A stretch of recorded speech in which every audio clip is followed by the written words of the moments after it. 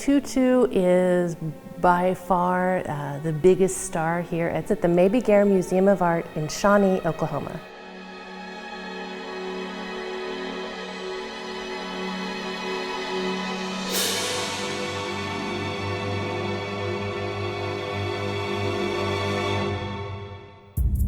The Moomy'ah Museum of Art, we have an encyclopedic collection, which means we have a little bit of all sorts of cultures from all around the world and all time periods.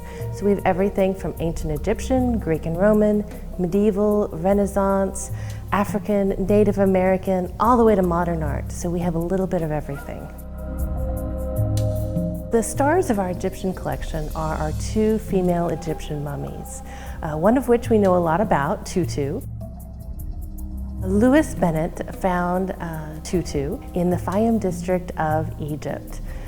He had evidently gone on an expedition and so had been part of a dig there, and that is whenever he discovered her and some of her grave goods. And we know that he donated her to the Glen Island Museum in 1897. By the 1920s, the museum had declared bankruptcy, and so we know that Father Gregory Guerrer actually purchased her at auction. Originally, we thought her name was Princess Mene, and that actually goes back to when she came from Egypt to New York City, until we had an Egyptologist, Dr. Emily Teeter, translate her hieroglyphics in the 1990s and found out her name is actually Tutu. So now we are calling her by her correct name, Tutu.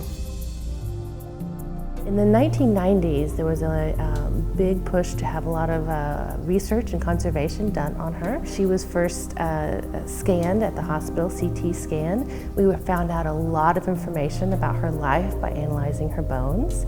And then again in 2015, we had her re-CAT scan because the technology had just improved so much. So in 2015, we had her scanned using a 64-slice CT scanner, and that was able to give a very precise image of her bones and her body.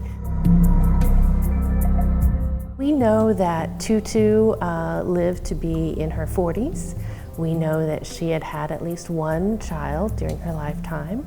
We know that she actually had a pretty good life. While she was not probably a princess, she actually did have good nutrition. We can tell that by her bones. She actually has most of her teeth, so we know that she had a good diet. She did evidently have some arthritis and some back trouble, so she had some back issues at some point in her life. But overall, she lived a very healthy life, so we think that she was definitely a member of the upper class.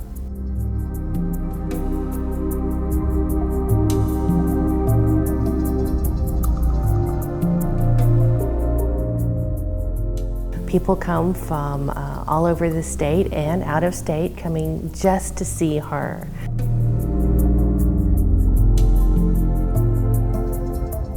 One of the things that we're trying to do as part of our research with Tutu, and it goes back to having that 64-slice scanner, we decided that we really wanted to celebrate her and also celebrate the museum's 100th anniversary. We decided to do a facial reconstruction of Tutu.